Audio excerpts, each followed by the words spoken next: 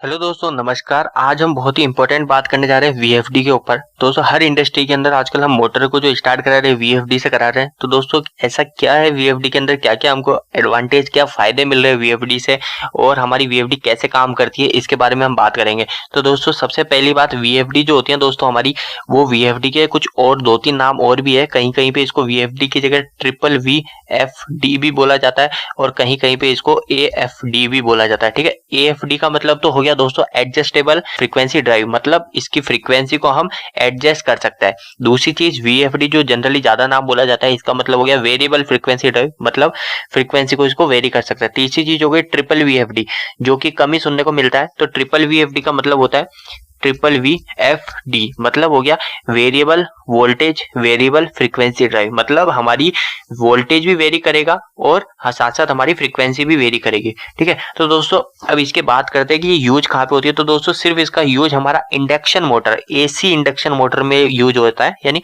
Only for हमारी जो AC की जो मोटर होती है ना, ओनली एसी में इसका यूज लिया जाता है। क्यों लिया जाता है? क्योंकि हमारे एसी के अंदर फ्रीक्वेंसी होती है। ठीक है, एसी के अंदर हमारी फ्रीक्वेंसी होती है, आपने सुना होगा 50 हर्ट्ज फ्रीक्वेंसी।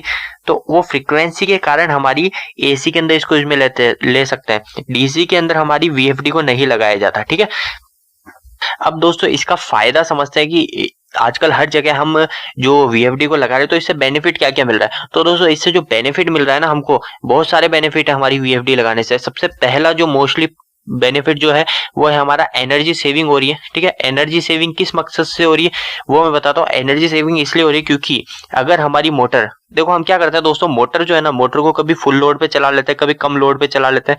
जैसे यानी नॉर्मली, जैसे अगर मोटर हमारी जैसे 1500 आरपीएम की है, ठीक है, 1500 आरपीएम की है, तो 1500 आरपीएम का मतलब जो ये रोटर है, रोटर 1 मिनट में 1500 बार घूम रहा है, मूव हो रहा है। तो इसको कभी हमको जरूरत कम की है तो हम इसको वीएफडी से नॉर्मली कम कर देंगे, इसकी फ्रीक्वेंसी को कम कर देंगे, तो ये मोटर हमारी कम पे रोटेट करने लग जाएगी। तो इससे हमारा बेनिफिट होएगा और हमारी मोटर एम्पियर कम लेगी और हमारी मोटर का एनर्जी सेविंग होगी। दूसरी चीज, पावर फैक्टर इंप्रूव होता है। ठीक है, तीसरी चीज हमारा जो होता है ना, स्मूथ स्टार्टिंग होती है। स्मूथ स्टार्टिंग का मतलब आपने कभी कभी देखा होगा, अगर हम कोई स्टार्टर होते हैं, जैसे हमारे डीओल स्टार्टर होते हैं, स्टार डेल्टा स्टार्टर होते हैं, तो उससे कभी किसी मोटर को रन कराते हैं ना हम, तो क्या मोटर एकदम से स्टार्ट होती है, बहुत ही तेज स्पीड में घूमने की कोशिश करती है। पर हमारी जो वीएफडी से हम स्टार्ट करते हैं तो धीरे धीरे धीरे धीरे स्टार्ट होती है। चौथी चीज जो होती है, रेड्यूस पावर नॉट रिक्वायर्ड, अगर हमको पावर की रिक्वायर्ड नहीं है तो हम उसकी पावर को रेड्यूस कर सकते हैं वीएफडी से नॉर्मली। पांचवी चीज जो होती है वो होती है हमारी कंट्रोल स्टार्टिंग, बहुत ही इंपॉर्टेंट चीज है। हमारा जो स्टार्टिंग में हम कंट्रोल कर लेते हैं स्पीड को और बंद करते टाइम भी स्पीड को कम कर लेते हैं, जिसका आपने नाम सुना होगा, एक एक्सेलरेशन और डी एक्सेलरेशन। ठीक है, एक्सेलरेशन डी एक्सेलरेशन स्पीड को कम ज्यादा करते हैं। इसका मतलब होता है दोस्तों, देखो हमारी वीएफडी अगर 50 हर्ट्ज की फ्रीक्वेंसी हमने सेट कर रखा है या 40 हर्ट्ज पे फ्रीक्वेंसी को सेट कर रखा है, तो हमारी जो मोटर है, जब हमने मोटर को स्टार्ट करी तो स्टार्ट होने पे क्या होगा, 0 से 40 हर्ट्ज तक जाएगी। तो वो 40 हर्ट्ज जाने में कितना समय ले रही है, वो हमारा कहलाता है एक्सेलरेशन टाइम। और डी एक्सेलरेशन टाइम, वापस से 40 हर्ट्ज होने के बाद वापस से 0 हर्ट्ज होने में कितना समय लिया, तो वो कहलाता है हमारा डी एक्सेलरेशन टाइम। ठीक है, तो डी एक्सेलरेशन टाइम का फायदा हमको ये है कि कभी भी मोटर, कभी जैसे यानी कोई ऐसे ही स्टार्ट हुई एकदम से और कुछ मैकेनिकल जर्क आया, और मैकेनिकल जर्क हमको नुकसानदायक हो सकता है कहीं कहीं पे, तो वहां पे हम वीएफडी को जरूर लगाते हैं। और इसके अलावा सबसे जो मोस्टली जो बेनिफिट है वो है हमारा प्रोटेक्शन।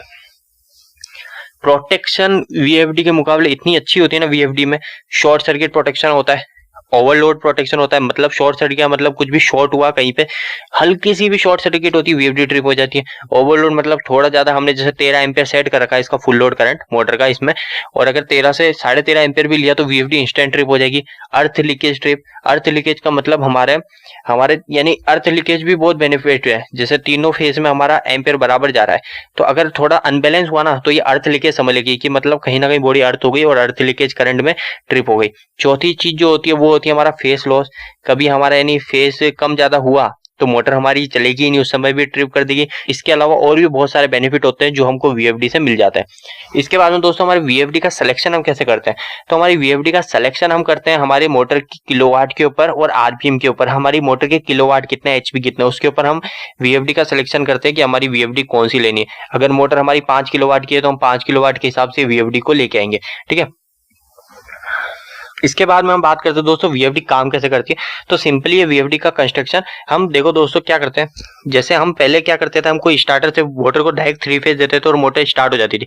पर हम वीएफडी के केस में क्या करते हैं, पहले हम जो 3 फेज जो होते हैं वो हम वीएफडी को देते हैं, फिर वीएफडी से निकलते हैं वापस से 3 फेज और वो हमारे मोटर के अंदर जाते हैं और मोटर स्टार्ट होती है। तो कुछ इस प्रकार होता है। तो दोस्तों ये हो गया हमारा वीएफडी का पूरा कंस्ट्रक्शन। आगे जाके मैं इस पे प्रैक्टिकल वीडियो भी बनाऊंगा, इसकी एक्सीलरेशन डीएक्सीलरेशन स्पीड कम ज्यादा कैसे करते हैं उस पे भी वीडियो बनाऊंगा।